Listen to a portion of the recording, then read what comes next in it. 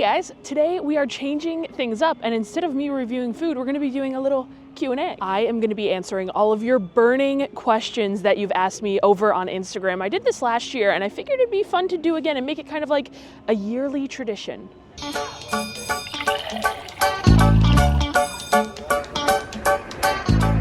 I am currently at the TTC and I have no plans for today. We're just gonna kind of be hanging around Magic Kingdom, the Magic Kingdom resort area. And honestly, I was gonna go into Magic Kingdom first, but then I was like, you know what sounds really good right now?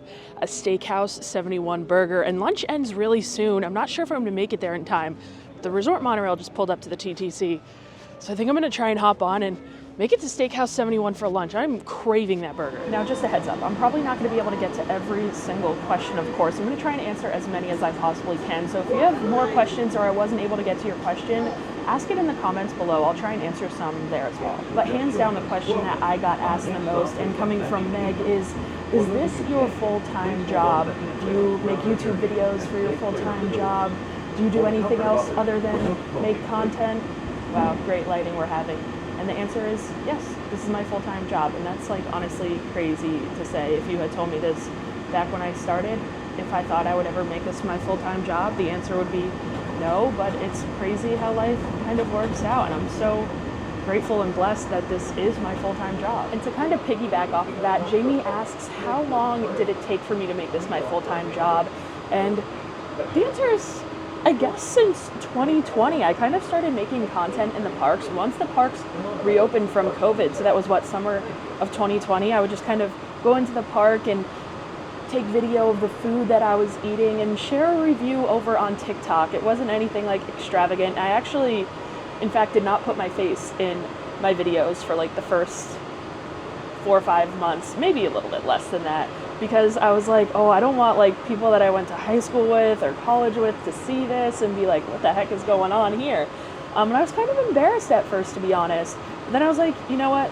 Screw it. I'm enjoying doing this. I put my face in the videos and I started posting more and more, and I would just post like videos of the food at first with like text on the screen, and then I kind of got into like voiceover stuff, and I got more comfortable as time went on. But pretty much since 2020, I've been working at this. Well, I've made it to the Contemporary, and of course you wouldn't know because I'm standing in front of these planners. I had plans to come out on the balcony here on the, I think it's the 4th floor, to like film this next clip by the monorails, but the whole area is blocked off, so things don't always go as planned. That's okay. We're just rolling with it. But that's all to say that this thing just doesn't like happen over time.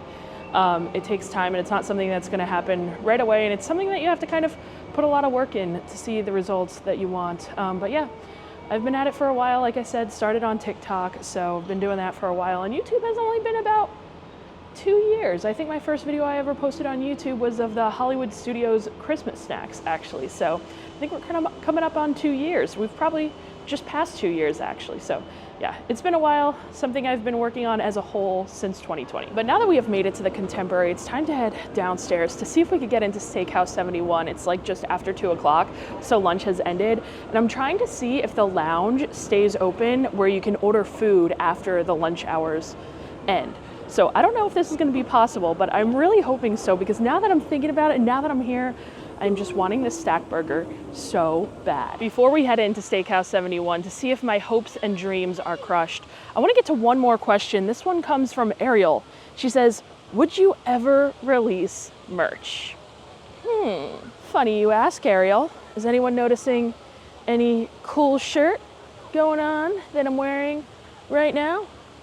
I'm releasing merch and it's available right now. I am so pumped to officially announce that I have collabed with my very good friends Maria and Chris from Shop LBV on the first right down Main Street Shop LBV food design. This is something that has been in the works for a very long time. I think I started sending concepts back maybe like a year ago. I think I looked and it was like in January that we've started kind of talking about this. And the main reason I wanted to make some Disney food merchandise is because I saw the collection that dropped in the parks, the Disney Eats collection, and I was like, that is some of the most hideous merchandise I have ever seen. We need good Disney food merchandise, and I think we hit the nail on the head with this shirt.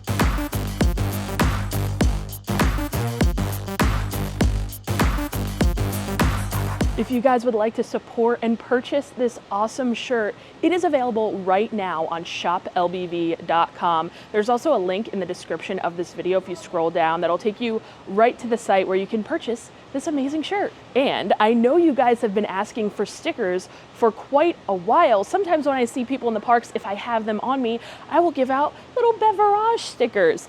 And a lot of people ask me where they can get them. And unfortunately, the answer has always been, if you see me in the parks, just ask. If I have them on me, I'll happily give you one. But now we officially have a place where you can get your own. If you purchase this amazing shirt here and plug in the code HOTDOG, you will get a free Beverage sticker included with your purchase while supplies last, of course. But yeah, I am just so happy with the way that this shirt turned out. I will definitely be wearing it all the time, and I hope to see a lot of you guys wearing it in the parks as well. Chris worked really, really hard on this design, and it came out amazing. I absolutely love the colors on this tee, and of course, we had to put a little hint of Right Down Main Street on there with wash it down with an ice cold Beverage. Yes, the shirt does say Beverage. That's obviously like my favorite part, but seriously, it looks so cool. We went back and forth with the design. I kind of went over a bunch and we kind of helped throw ideas out, and I helped with the design process and everything, and I am just absolutely obsessed. So hopefully you guys like it. Let me know. And if you have any questions about the shirt, feel free to message me on Instagram or comment. Again, I'll try and reply to as many as I can, but I hope you guys enjoy the shirt, and I hope you guys are interested in buying one. Like I said, the link, if you want to purchase this tee, is going to be in the description below. It's kind of funny because when I decided I was going to do the Q&A to kind of announce my shirts, I texted my brother Ryan and I said, hey, if no one asks me if I'm going to release merch or anything soon, I need you to put that in the question box there. And I'm happy someone did. So it's funny, I was gonna have him type out that question, but it all worked out. But now the moment of truth. Can I order a burger at the lounge, or will I have to come up with a plan B? Well, we are definitely rolling here. I was able to order the burger, so that's a little pro tip for you guys. They stop lunch here at Steakhouse 71 at like 2 o'clock, and they don't start back up with dinner until 5, so there's like a weird 3-hour gap. But turns out you are able to order food at the lounge here in between that time, so perfect for me. I'm happy I came over here and figured this out. Let's get to another question. Special But Beautiful asks, how did you start to feel comfortable filming in public? And I feel like this is the perfect question to answer as I'm just seated next to other people at a lounge. Definitely can be very uncomfortable. I did it the other day at the Yakking Yeti Lounge, which there's like 6 seats, and it can be very uncomfortable, especially when you're between people and people, you know, are looking at you. But honestly, it doesn't really bother me that much anymore. I guess because I've been doing this for like 2 years now, so it's not something that people are used to kind of seeing every day in like their everyday lives. You know, it might be normal for people who live in Orlando to see people like vlogging and stuff because there's so many people doing it and you're around it very often. But for people that don't live here, they're just like curious and they're not sure what's going on, and that's okay.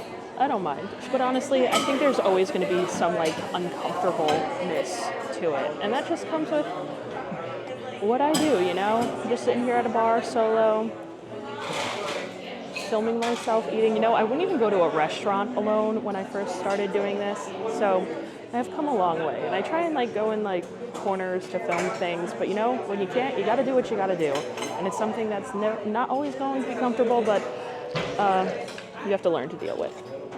Burger acquired. This is like legit one of my favorite things to eat in all of Disney World. This Steakhouse 71 stack burger. I always get it lettuce wrapped, although today we're looking real light on the lettuce there. Sometimes you have to ask for extra lettuce, so I may have to do that. I always get no aioli, extra pickles, always with a side of the garlic parmesan waffle fries.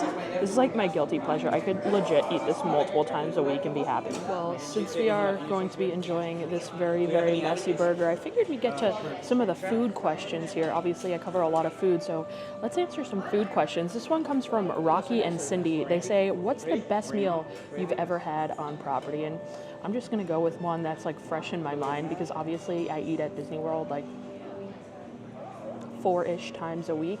There's so many different things that I try, but a recent one that I had a really good meal was on Thanksgiving at Narcoossee's. Me, Maria, and some friends, we went to Narcoossee's, a little non-traditional Thanksgiving dinner, and I love that restaurant. It is my favorite restaurant at Disney World, but like on Thanksgiving in particular, Everything was like so on point. It wasn't even funny.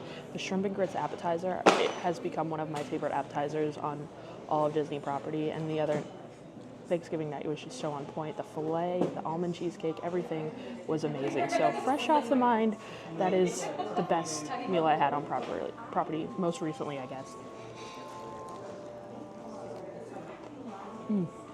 I really like this question here as well from Sam. She says, bucket list restaurant or place to eat non-Disney. That is one of the best questions. As soon as I saw that, I was like, I have to answer that one.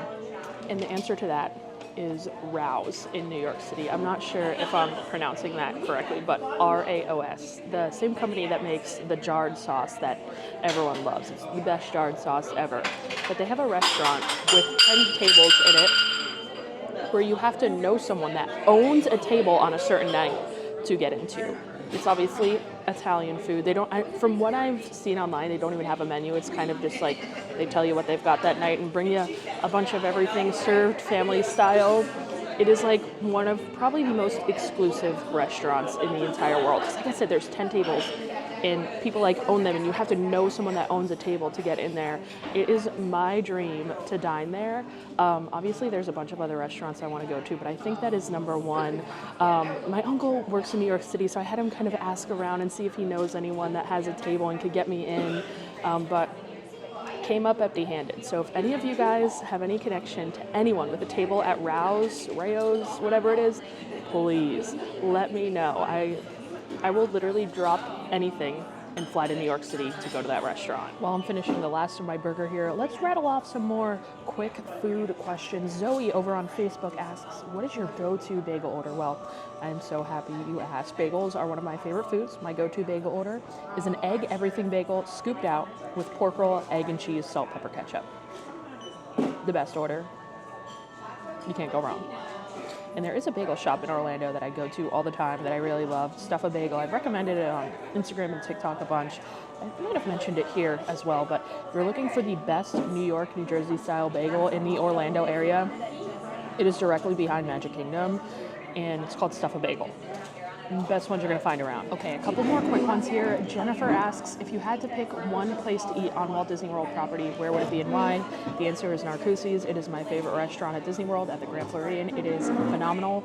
Everything from the drinks, the appetizers, the entrees to the dessert. I think they have the best dessert on all of Disney World property. Amazing. The view, the service, I could go on and on. It is my favorite restaurant. So that's my pick. Nessie asks, what's your go-to nighttime snack? The answer to that is Bulldog Carbonara Ramen, mainly because I'll be scrolling on TikTok and a video from like a Japanese or Korean convenience store will come up on my feed and I'll see it, and they're always going to be eating carbonara ramen, and then I just get influenced and have to go into my kitchen and make my own. Wrapped in Favor asks, what is your favorite food festival at the Disney parks? The answer is Festival of the Arts, coming up very, very soon. It is my favorite festival. I think they have the best food, they have the most things to do, and the presentation of all the food is super fun. So I always love a good presentation. All right, final quick question here at Steakhouse 71. Taylor asks, favorite Orlando restaurant outside of Universal or Disney? My favorite local Orlando restaurant, sorry, this is like a very long-winded answer, is El Tanapa in Kissimmee, Florida on 192. I did make a YouTube video there, actually. I made a TikTok and Instagram reel as well. They serve Mexican food, and it is like my favorite. It's the best Mexican food I have ever had. So if you want to search it up, it's called El Tanapa. It's on 192 in Kissimmee. There's two restaurants called El Tanapa in the general Orlando area, but it's specifically the one on 192 in Kissimmee. I love the limonada that they have there. The birriadillas are next level. Their queso, their fajitas, literally everything there is amazing. And it's also next to like a little convenience store, a Mexican convenience store, where they're serving up like warm tortillas and conchas and like a bunch of other stuff. But seriously, that is hands down my favorite spot.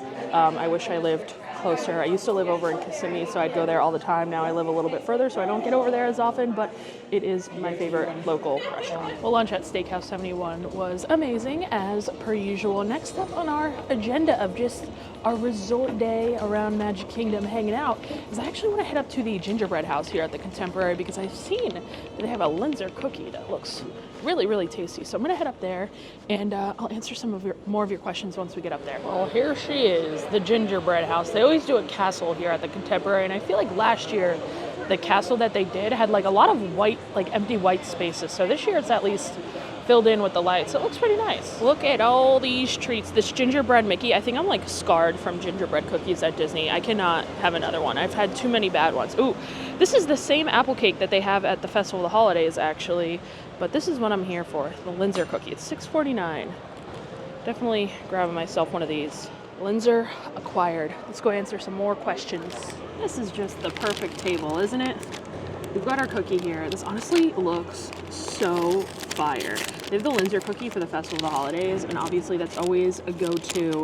But like I said, I've heard so many really good things about this. They said it's very delicate, so gotta be careful taking it out of the package here. Oh, it just feels so buttery and soft. Honestly, just how a Linzer cookie should be. And it's shaped like Mickey, so this already has points over the Festival of the Holidays Linzer. Before we try this Linzer out here, I want to answer another question. Mary asks, did you work at Walt Disney World? And if so, what job? So a lot of questions if I still work at Disney. I do not, thankfully. I mentioned earlier that this is my full-time job, and this is all I do. And again, I'm very lucky to be able to say that. So while I don't work at Disney World right now, I did used to work at Disney World. I've had a couple of jobs. I started off doing my college program in 2018, and I started as a lifeguard at Art of Animation. It was the worst job I've ever had in my entire life. Being a lifeguard at Disney is no joke. If you've been to the resort pools, you've probably seen the lifeguards and how attentive they are, and yeah, it is just as stressful as it looks, to be honest. I absolutely hated the job, but I absolutely loved the people that I worked with. And then I extended my college program to finish out 2018, and I worked in attractions over at Living with the Land. And it's crazy how that works out, because that was actually like the ride that I wanted when I found out I got attractions. Like, if I could have picked any attraction to work at, it was Living with the Land. And somehow I got placed at Living with the Land, and I loved the job, and I loved all the people that I worked with again. And then I kind of went home for a bit, and I came back when they opened the NBA Experience. I was one of the opening cast members of the NBA Experience. My role was called an NBA Experience Guide, and I was in charge of like the games and stuff inside of the building. So we'd just be running all the different activities inside the NBA Experience, and that was crazy. I know we talked about some of this stuff like in my first Get to Know Me kind of video, but it was literally like the wildest thing ever. I love basketball, I'm a huge NBA fan, and I love Disney, so it was like the two combined. I knew I had to come down here and work at that place, and it was just like the perfect timing to kind of come back after my college program. I was home for 5 months, came back, and started working at the NBA Experience. Eventually got laid off from my job because of COVID. My role was a non-union role, so I wasn't able to just like transfer into another role elsewhere or anything. I was just fully let go, and I was just out here in Orlando where my dream was to work for Disney, and I was kind of just here like, what the heck do I do now? And then finally, Disney announced that they were hiring again, and I accepted a role in attractions again, and I worked Main Street operations. And I did crowd control for the parades, the fireworks, went on to also work on the train, which I think the train job might actually be tied with lifeguard for worst job I've ever had at Disney World. I absolutely hated it.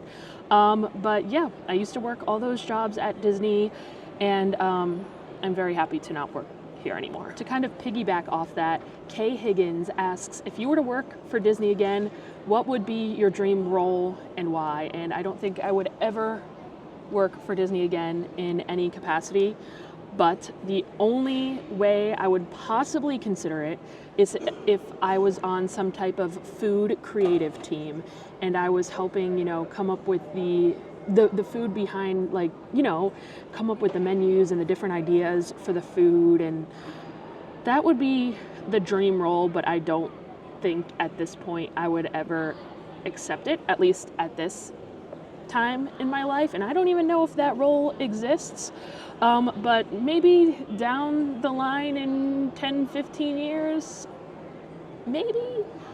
but I have no desire to ever work for the company again right now. All right, Linzer cookie, and honestly, this just smells so fresh. I can literally smell the cookie.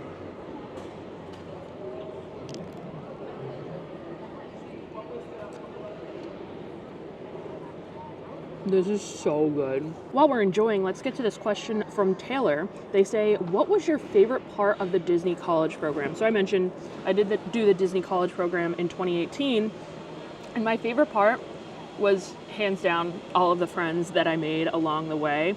I'm not always the best at like staying in touch with people, so that's one of my biggest flaws. I am so bad at staying in touch with people, but I met some amazing people during my Disney College program, and I just had so much fun. Like, you know, I was fresh out of college. I was living 10 minutes from Disney World, and I was just meeting all of these people from other parts of the world, other parts of the country, other parts of, you know, wherever. My best friend from my college program, some of them were from New Zealand and Australia. So it was really cool kind of just getting to know everyone, and the people are definitely the best part of the college program. And also to go with that question, RMTK asks, any advice for kids wanting to do the Disney College program? Worth it?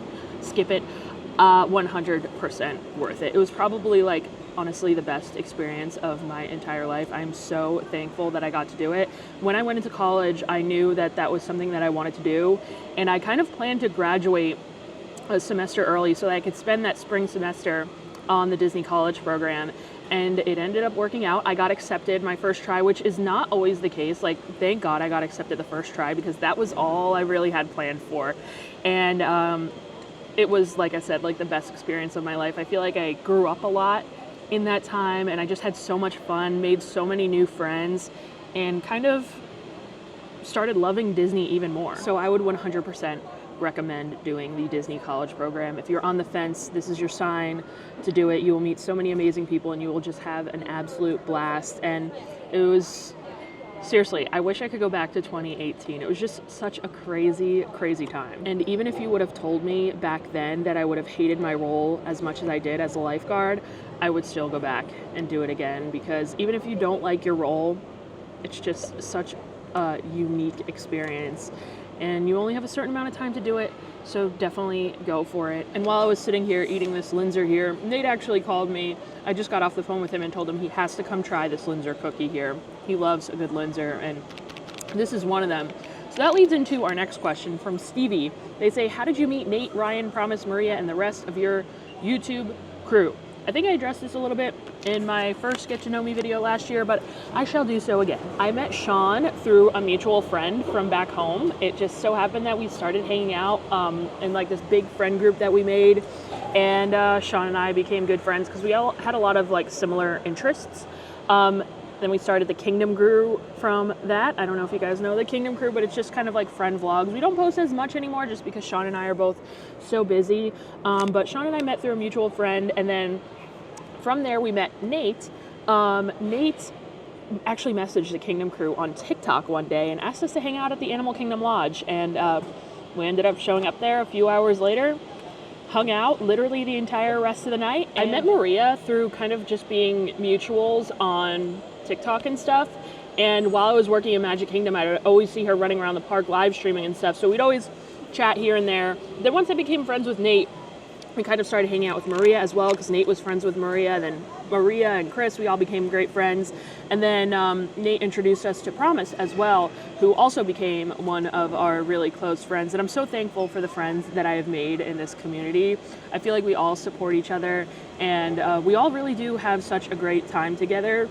And although you don't always see everyone on camera, we all hang out the majority of the time, like off camera. Like, we just genuinely have such a good time with each other, and they're such great friends, all of them. And yeah, well, I just got Linzer cookie sugar all over me, so I'm gonna head out of the Contemporary, and actually I was gonna kind of hang out at the monorail resorts, kind of take the monorail around, but some of my friends are over at Universal hanging out. They're gonna watch the holiday parade tonight, so I figured I'd actually change things up and make my way over there. You know, that's the best part about being like a local. You never have to like stick to your plans of a Disney day. You can always kind of change things up, and wherever your friends are, just, you know, go hang out. So I think we're gonna head over to Universal now. We gotta hop on the monorail back. Monorail Red. I've got the car to myself. for now. I have a feeling someone's going to be joining me very soon. But Angie asks me, how hard is it for you to come up with video ideas? Your content is top notch, by the way. Angie is an OG Patreon subscriber, so shout out to Angie. But it sometimes can be pretty difficult to come up with ideas. You know, I have a list of ideas that I always updated. But it's more of like, I have all these ideas, I just can't settle on one. That's my main issue. I have so many ideas. Like I said, I have lists galore. Welcome aboard Monorail Brand. Our next stop is the transportation and ticket center home to the Magic Kingdom parking lot and transfer over to Epcot. If you're standing, please hold on to those silver handrails and never ever leave against those automatic doors. Thank you so much. Welcome aboard Monorail Brand. I can never decide which one to actually do. And luckily for me, within the food niche, there's always things that are kind of changing. There's always menu updates. There's always new things. And there are obviously so many Disney restaurants. So there's always something for me to cover. My ideas are always flowing, but it's just settling on one that I'm like, So let's continue with another content creator kind of question here. My friend Shannon asks, what do you miss about when you started versus where you are now? And I feel like when I first started, I didn't put a lot of pressure on myself because it was just a hobby. It was just like what I did for fun. But now that this is my full-time job, I definitely put a lot more pressure on myself. So I guess what I miss the most is kind of just being able to go to the parks and just relax, I guess. Nowadays, when I go to the parks, even if I'm not filming like a YouTube video, I always just feel so pressured to film stuff. So even if I'm just grabbing dinner with friends, I always try and just get some clips of it because you never know when you're gonna need something. So I guess I just miss from when I first started the less amount of pressure that I put on myself. If that does that answer the question or no? I don't know, but just the pressure, I guess. Well, I just made it back to my vehicle here, getting ready to head over to Universal, but I want to answer this question from Shanna here. They say, in the world of Disney vloggers, how do you separate yourself from the crowd? And there are so many Disney vloggers these days covering everything under the sun, everything that the Disney resort has to offer. And it can sometimes be hard to separate yourself, but what I found works for me is brutal honesty. I'm not someone who's gonna just, give you what you may want to hear or I am always going to be honest with you guys, and that's honestly one of the number one priorities of my channel. And I feel like I'm personally not, worried about maybe getting invited to things or getting all of these opportunities. What I'm worried about is sharing 100% honest reviews with you guys. And I hope that you guys appreciate that.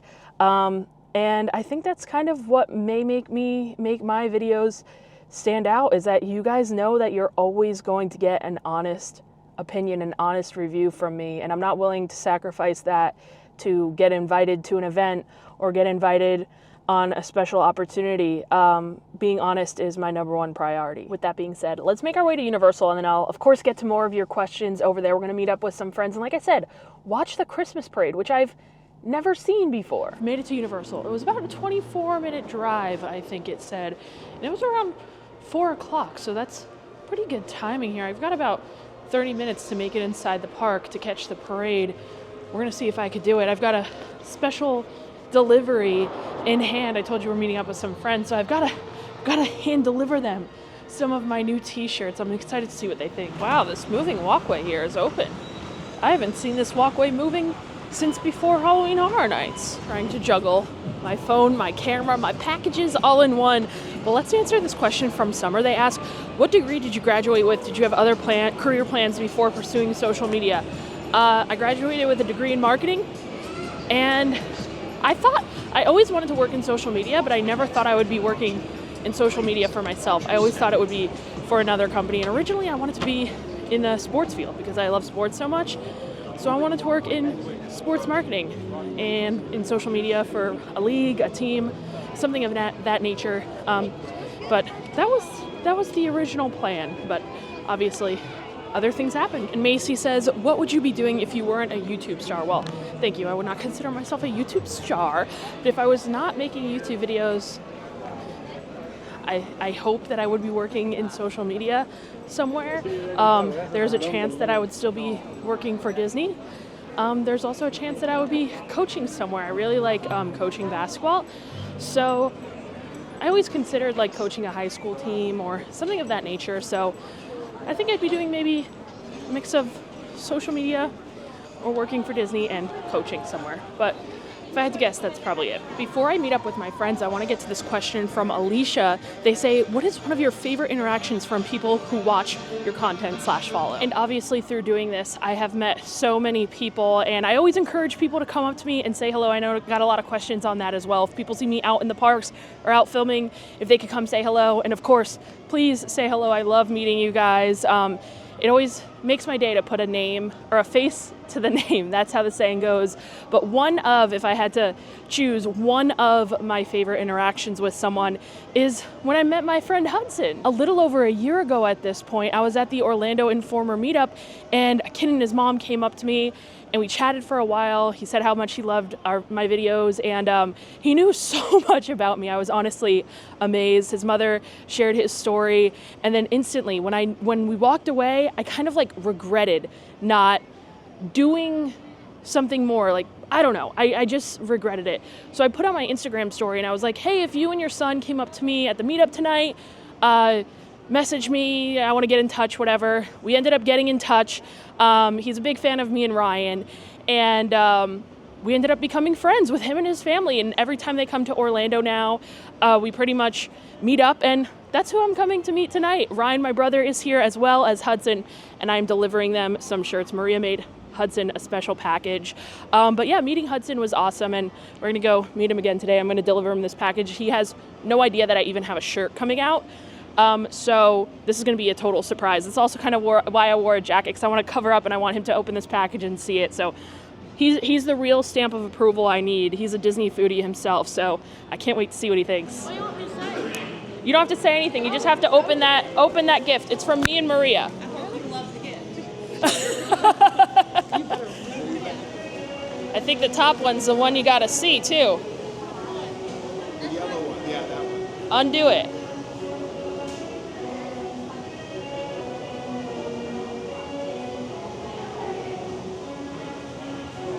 I love it. You love it? Yes. Okay, I said this was the approval I needed. Did you see? Look at it. Look. It's just magic right down Main Street. That's huge. Look at the cap. And then look at the tag on the inside. The collar there. So you have your own lab. I do. Wow. Me and Maria made a shirt, and you're one of the first ones to get it. How cool is Do you like it? Do you approve? Yes, I approve. I just threw Ryan his shirt. I'm not really looking for his approval that much, but I hope he enjoys. It's okay, I guess. All right, Ryan, I'm going to have you answer this question right here. This one says, have to know, is Ryan really your brother, LOL? Yes, we are really siblings. For real. That is a lot. While we're waiting for the parade, next question is one I think Hudson is going to enjoy, so I'll have him read it to me. This one is, why do you not eat mayo? Hudson knows. Do you want to answer? I've heard that she's had a bad experience at Taco Bell for some reason with like the chipotle mayo salsa. Hudson is correct. I had a bad experience at Taco Bell. Back when I was younger, I was going to a softball hitting lesson with my dad, and we always used to stop at Taco Bell on the way home because my mom didn't like it and my dad loved it, so this was like his only opportunity to get Taco Bell. And I'd always get chicken soft tacos, and out of the blue they started putting like this type of like mayo ranchy style sauce in the chicken soft tacos. And the first time I had it, I was like, I don't really like this. So the next time we went back, I forgot to ask for it without it. And they put it in, obviously. And then my dad was like, oh, do you want to trade? I'll eat your food, you eat mine. I was like, no, it's okay. I ate it. Ended up getting food poisoning. And from there on out, I have not eaten mayo or any sauce with mayo. I just cannot. It disgusts me to no end. And I have no plans of eating mayo, except I do plan on eating mayo, actually, in one thing. When I go to Japan, and and go to a 7-Eleven, a Japanese convenience store. They have those egg salad sandwiches. I'm going to try to stomach one. I'm going to try my best. I don't know if it's actually going to happen, but after seeing them everywhere, like, I don't think I can not at least purchase one. I'm going to attempt to eat it, but that is the only time I will probably ever eat mayo. And Claire also says, how much do your viewers have to pay to get you to eat a mayo-based product? The answer is the limit does not exist. You actually cannot pay me. I would not eat mayo if you were paying me $1,000. Like, I'm not kidding you, I would not. The only time is in that Japanese egg salad sandwich. So there's your answer. The question everyone's been dying to know. We've got Miss Grinch herself here, Juliet. She wants to help me answer a question, and I feel like she might know the answer to this one. We have Carol, another longtime viewer of the channel, so shout out to Carol. She asks, you could explain how Beverage was born. Do you know this answer? I actually am really interested to hear the answer to this because I don't know the answer to this. I don't know the thought story. I was giving you an easy one This to is answer not. for me, but I guess not. No. So Beverage was born with me and my roommates, actually. We've lived together for a very long time, and in our old townhouse, we had a little fridge in the kitchen. Like, we had our big fridge, and then we had a little fridge, and we called it the Beverage fridge. And we stored all of our soda, water, all of our drinks were in the Beverage fridge. And it kind of, I think it started, like, just me and my roommates were just, like, bored in COVID and just started calling it that. And I guess it derived from Beveragino, but we kind of shortened it. And it's not going anywhere anytime soon. I still call it that. My friends still, like, I will catch my friends, like, just casually in conversation with not even me, calling it a Beverage. So it's kind of stuck, and some people hate it. Wait, so And what I I don't learned care. is that you're not actually the creator of Beverage today. It's me and my roommates. Yeah, you're like a co-founder of Beverage. We're co-founders, and now the term is coined and on my t-shirt. So crazy how life works. I think we have time for one more before the parade finally gets to us. This one literally just came in. I'm still taking questions as they're coming in. And Jen says, what is a misconception about being a Disney vlogger? I don't know. What do you think? Well, I say that you think it's just about going to the park all day, every day and eating theme park food and going on rides. And then what people don't think about, I'd say it's all the time spent researching, coming up with video ideas, editing videos, Kristen laying in her bed editing her thumbnails for her YouTube videos. That happens a lot. That is definitely a good point. Juliet makes videos herself, not on YouTube, but on TikTok and Instagram and stuff. And people don't realize the amount of research that you, like, put into it. Like, I will literally sit down and, like, search up everything, and before I go to a park or a restaurant or something, I have a whole notes app filled with exactly what I'm ordering, what I'm going to say for my intro. I'll sometimes have notes of what I want to make as my thumbnail, and it's a lot more than just going to the park. Sometimes I'll be in the park filming for 8-10 hours. I'll spend an hour researching, I'll go to the parks, film for 8-10 hours, and then I'll get home and edit for another 3-4 hours or more into the next morning. And I'm up, Juliet texts me all the time. She lives in LA, and I'm up till like 3, 4, 5 a.m. sometimes Orlando time, and she's asleep in LA where it's 3 hours behind. So a lot of long hours and late nights. It is fun though. Of course Yes. it's fun, and it's a really good job to have, of course. Yes. But it's not everything that you see on camera. It's not just going to the park and There's hanging a out. lot more to it. Well, Ryan actually lied to me. He told me the parade started at 5. It actually starts at 5:30. So we have plenty of time. We actually have nothing but time now. Sorry, I'm sorry. So I'm gonna make him answer this question here. This question says, what happened with the Bad Travelers Club? I'm sure most of you don't even know what that is who are watching this. Bad Travelers Club was a podcast that Kristen, me, Sean, and Nate all did. We did 2 episodes, and then we stopped. I could tell you one thing, though. There's maybe an episode or 2 that have been recorded, not recently, a long time ago. And if I get, what's a good number? 50, 100 comments on this video that say Bad Travelers Club, just that, in the comments, I will put out 1 or 2 videos. Maybe probably just 1. And then the next Q&A we'll do another. Well, Ryan, I'll leave the counting through comments to you, but Ryan was editing them. It just became too much for him to edit with his own channel. So Bad Travelers Club, RIP. But it was fun while it lasted. we had someone else to edit the videos for us, then maybe it can make a comeback at some point. But unfortunately, none of us really have the time to do all that at this point. Thanks for answering the question, because I did not answer the question. But search Bad Travelers Club on YouTube if you want to watch some fun little podcast style videos, and maybe you'll see one more soon. The parade was interesting. It was cute. It was cute. I never seen it before, so can't believe I've gone this long without ever seeing that parade. But here we are. I think Hudson's making us go on ET here, so we're gonna hit up ET, and then almost was an ECV collision. And then after, we're like right across from the Shrexel area here in DreamWorks. I've never had a Shrexel, so I feel like I should get a Shrexel today. If it's still open by the time we get out, getting Shrexel. Shrexel time. Although I feel like they might be. Oh no, I see some Shrexels. I see them. Oh, that's where they have the gingerbread man cookie too for the holidays. But I gotta get the Shrexel. It just has to be done here. I have to dip in the green snot. You guys are getting a...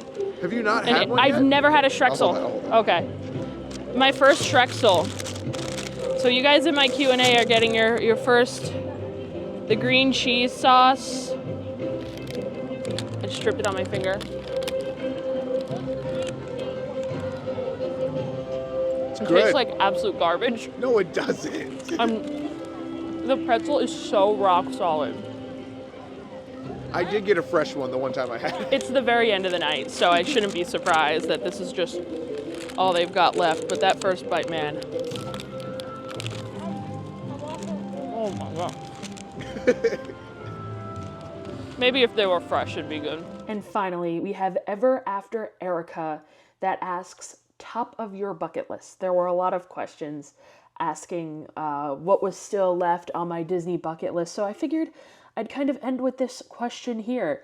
And I have been fortunate enough to cross so many things off of my Disney bucket list that if you told me like 3, 4, 5 years ago I got to do, I would not have believed you. I've gotten to go to D23 twice now. It's always been a dream of mine to go. I've gotten to go to Club 33 so many times, and it's always been a dream of mine to go there. Same with Victoria and Albert's. I have just been dreaming of eating at that place for so long, and this year it finally happened.